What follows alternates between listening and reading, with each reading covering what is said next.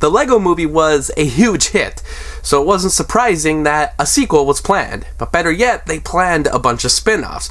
That was a nice thing. The Lego Movie introduced the idea that all of these intellectual properties coexisted in the same world, so there was a chance to focus on the more specific universes as the franchise went along. In the end, this idea to expand the franchise didn't really pan out the way Warner Brothers was hoping, but luckily we got the Lego Batman movie. It was just as interesting a character study as the previous live-action films, and it was one of my personal favorites of 2017. So, I'm very excited to return to this world and watch Bruce Wayne once again put on that plastic, interlocking brick of a mask. By 2017, there had already been so many Batman adaptations spread across media, whether it be live action, animation, or television, and even in the last 3 years, there's still been plenty of Batman. So even though I was really excited to see a spin-off of the Lego Movie and the return of Will Arnett's brilliant portrayal of Batman, I guess I didn't know how much room there was for another Batman-centric film. Just a few months earlier, Return of the Caped Crusaders, another Batman comedy, had hit Blu-ray, and in the past, there had already been the Lego Batman movies, even though they were direct-to-video. With the absence of Phil Lord and Chris Miller as director, with somewhat new director Chris McKay taking their place, I was prepared for the Lego Batman movie to be satisfactory, but not nearly anything close to the 2014 debut feature in terms of quality. I'm also very aware of the popularity of the Lego Batman sets, so I believed this could be the commercialized product everyone feared the first one would be. Thankfully, this spin-off is not only extremely funny, but it does a great job paying homage to all things Batman, while creating a character arc and story that's nearly on par with the previous installment, even if it's not necessarily told as well. With the return of Arnett, who makes for a comedic version of the character with a voice that pokes fun at Batman while also being a great rendition of the Caped Crusader, we see Lego Batman in Lego Gotham fighting with Lego Joker, and you know what? Everything is Lego. We don't need to keep bringing it up. In fact, the human angle isn't even brought into this one, but the story is still clearly from the mind of a child. It still works. With all of Batman's enemies now locked up in Arkham Asylum, Batman feels more lonely than ever, but by sending the Joker to the Phantom Zone, the arch-villain is able to team up with some of the greatest villains of all time, or at least the ones Warner Brothers had the rights to, like the Kraken from Clash of Titans, Sauron, Voldemort, and the Wicked Witch of the West. They all escape the Phantom Zone to destroy Gotham once and for all, as the Joker no longer feels that Batman considers him a worthy adversary, which means he's going to destroy everything. That's a great response. So Ralph Fiennes plays Alfred in a movie that also has Voldemort. I had to point it out because somehow they passed up on this joke. I should also point out that this slew of classic Batman villains is a treasure trove for Dark Knight enthusiasts. They have everything from the classics to ones everyone forgets, like Condiment King. It's a simple plot that leads to the dorky, childish humor made effective in the first film, while also being incredibly meta with the references at everything from the Nolan trilogy to Bat Nipples to Adam West. If you love Batman, you'd have a pretty hard time not enjoying this loving tribute. The Batman has raked in a lot of cash for the Lego company, for their various toy releases, and even video games, but watching this, you can tell that the creators were invoking the style of Lego Batman without feeling like one big advertisement. Chris McKay was previously known for his work on Robot Chicken, another comedic animated production that features toys, and you can see a lot of those sensibilities carried over to this film.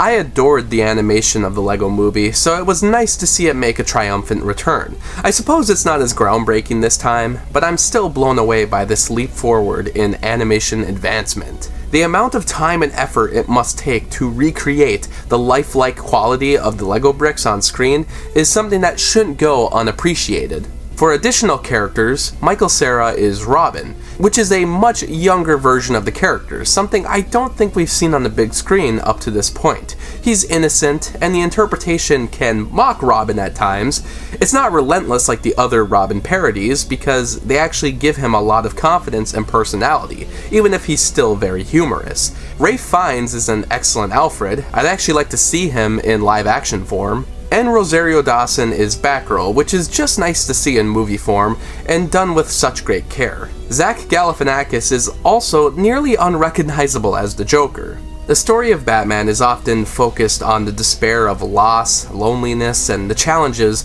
of fighting for what is right. Throughout the live-action films ever since Tim Burton's Batman, Bruce Wayne is always a champion for good against evil, but also against the structures that allow that evil to continue existing. I don't mean to criticize, but for the most part, we only ever get one person who speaks for what is right, and that's Batman. He decides what's best for society, and while the audience is meant to agree with him, we don't ever feel the need to be challenged by other characters who would be worthy opponents to Batman's logic. Most of the opponents are villains who, in theory, shouldn't be in the right.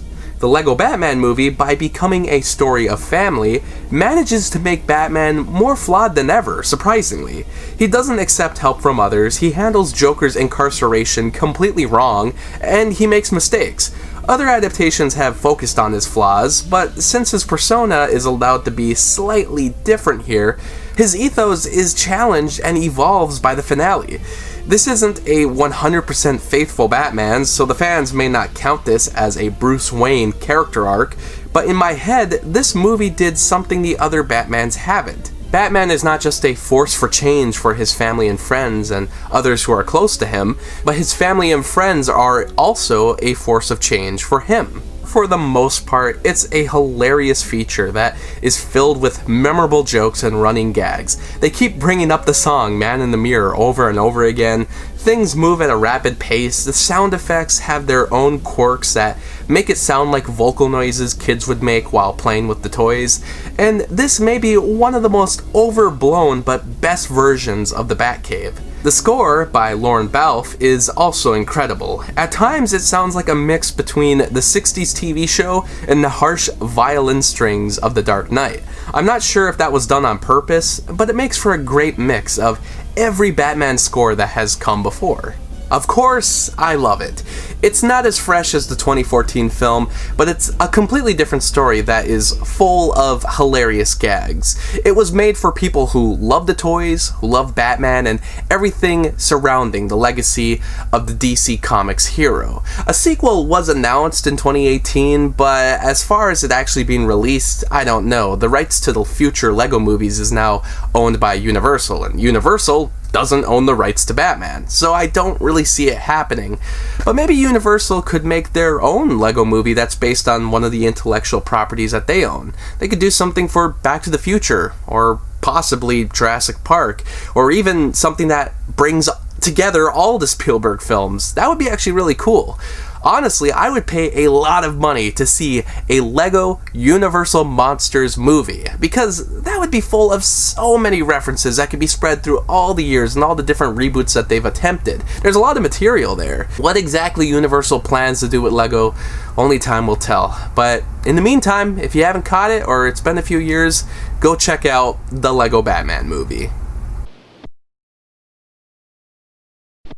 Thanks to Ryan for this Patreon request, and thanks to all my Patreon supporters. For only $7, you can get your own monthly movie review. Ask me to review anything I haven't already. There's also other perks like blogs, exclusive videos, and early access. You can also follow me on Facebook, Twitter, and Instagram.